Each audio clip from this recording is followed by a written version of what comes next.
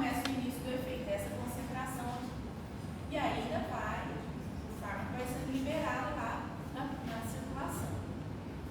Chega um ponto que tem um pico do efeito, tá? E é num tempo médio aqui. E aí depois ele vai sendo metabolizado e excretado. Aí aqui atingiu o quê? Essa concentração mínima do efeito, não é? Porque aqui embaixo está fazendo efeito, gente? Não. Só quando começa aqui é o início do efeito, é nessa concentração. Então, se chegou aqui nessa concentração, nessa parte aqui, você vai tá, perder. não tem mais, tá bom? Então, professor, o pico do efeito e o início do efeito vai ser o período da janela terapêutica. A janela terapêutica, então, concluindo, é a concentração mínima para o efeito terapêutico e a concentração mínima para o efeito tóxico. Você pode ir até um cantinho a mais aqui do pico do efeito, tá vendo? Essa é a janela que você tem que trabalhar com o seu paciente. Entenderam, gente? Entendi. Ou não? Eu entendi. Entenderam, né? Entendi. Então, olha só. Eu posso prescrever para o paciente uma concentração aqui, pessoas? Não, mas você está intoxicando, sobrecarregando o fígado para nada. Porque o início do efeito, a concentração dele é aqui. Eu posso, então aqui, ó, dentro disso aqui que eu vou fazer ajuste de dose. Eu posso prescrever alguma coisa acima disso aqui? Não, porque aí acima disso aqui já é o efeito tóxico. Pode falar? Esse início é independente da qualidade,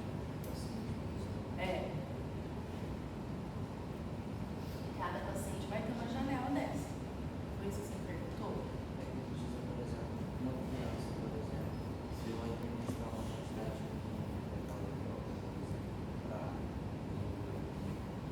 Uma criança? Aham. Tem diferença.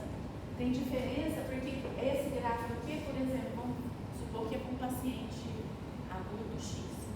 Para a criança, as doses são diferentes, né? Porque esse gráfico é diferente. Mas todo mundo tem sua janela terapêutica. Vocês já viram que, por exemplo, para escrever antidepressivo, tem ajuste, né? E você volta, não está fazendo efeito, aí te dá mais, aí te dá menos. E eu procurando essa janela aqui, tá? Certo, gente? Então, o que é a janela terapêutica? É aquela concentração que fica entre a mínima para o efeito terapêutico e a máxima, a mínima, desculpa, tudo é mínima para o efeito tóxico, tá bom? Gente, acorda, vocês estão tudo conseguindo. Tá tudo certo? Vamos começar a andar e beliscar vocês, tá? Mas não é normal, tá? Posso te beliscar? Ó, certíssimo? Então eu tenho o Cmax, que é a concentração máxima, e o Tmax, que é o tempo máximo aqui de atingir a concentração máxima, tá bom? Perguntas frequentes que cabem aqui. Seu paciente vai falar assim: eu posso comer, vai atrapalhar? O que acontece que eu contei para vocês? Olha aqui, a concentração aqui da droga plasmática em horas, em jejum, claro que vai atingir um pico aqui antes, e depois vai ser metabolizado e excretado. Com a comida, ele demora um pouquinho, mas ele também vai chegar na corrente sanguínea. A biodisponibilidade é a mesma. Então, o fator que explica são, o Cmax e o Tmax no jejum aqui, Cmax, que é a concentração máxima, e no Tmax, em jejum, é maior que na alimentação. Mas a área sobre a curva, estou falando de biodisponibilidade, né, gente? Biodisponibilidade é a área sobre a curva, tá? Falei lá no primeiro slide. Como que mede uma biodisponibilidade? A área de biodisponibilidade. Concentração que chegou lá no corrente sanguíneo. Então, se eu comer, vai atrapalhar isso? Não, não vai. Mas tem uma diferença de tempo.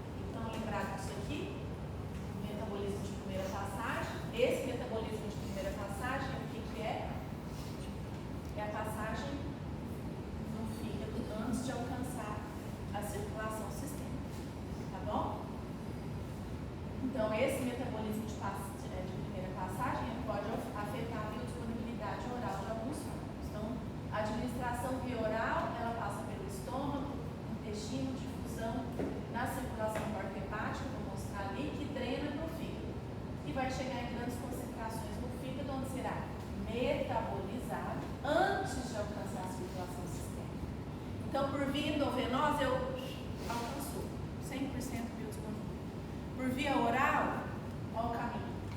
Estômago, intestino, difunde pela circulação porta, vai chegar em grandes concentrações no fígado, vai ser metabolizado ainda no fígado antes de alcançar a circulação. Ou seja, antes de ficar biodisponível, tá? Então, a droga aqui ainda não foi disponível. Então, vamos ver o que acontece aqui na efeito de primeira passagem, lá no fígado.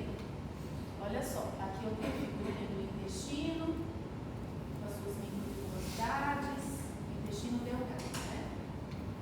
A veia porta, meu fígado aqui e a circulação sistêmica, tá? Certo? Então, olha só, administrei 100 miligramas para o meu paciente. Chegou lá no intestino delgado. 20 miligramas foi embora, não foi absorvido já, tá? 80 miligramas vem aqui por difusão para a veia porta e chega lá no fígado.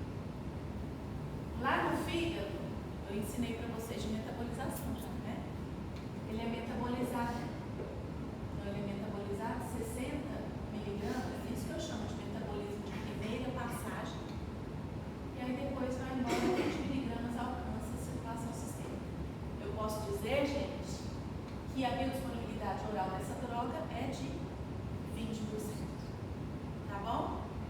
Certo? E por que chama metabolismo de primeira passagem?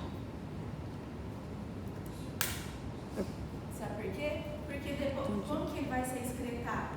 Ele também vai ter que passar no fígado para sofrer aquelas modificações para ser excretado. Essa é a segunda passagem dele. Depois eu explico para vocês que ele passa, antes da droga ser excretada, ela precisa ser metabolizada no fígado para ela se tornar hidrossolúvel e ser excretada. Então, essa é a segunda passagem. Tá? Então, por via oral, eu tenho essa primeira passagem no fígado aqui. E aí, depois a segunda é para ser excretada. Tá? A segunda é depois disso aqui, depois que foi absorvido, fez os efeitos, blá blá blá. Tá bom? Entenderam isso aqui, gente? Então, o efeito de primeira, o metabolismo de primeira passagem aqui, um exemplo bem simples foi esse, né? Então, vai para o intestino, por difusão vem pela veia porta aqui, é metabolizado, perde-se aqui, vai ser excretado, né? Que já foi aqui pelo intestino, foi 20 miligramas, foi excretado, e aí volta para a circulação só 20. Então, a biodisponibilidade, que é o F, é 0,2, ou seja, 20% da droga. Essa droga em específico, ela tem 20% de biodisponibilidade, tá? Então, a biodisponibilidade é a quantidade da droga administrada que chega na circulação sistêmica, o que é diferente de bioequivalência, que indica a extensão pelo qual os efeitos terapêuticos são iguais após a administração. Essa bioequivalência a gente estuda na parte de genéricos, mas eu não vou entrar em detalhes aqui não, tá? Que bioequivalente é que eles são equivalentes no seu efeito terapêutico, tá bom?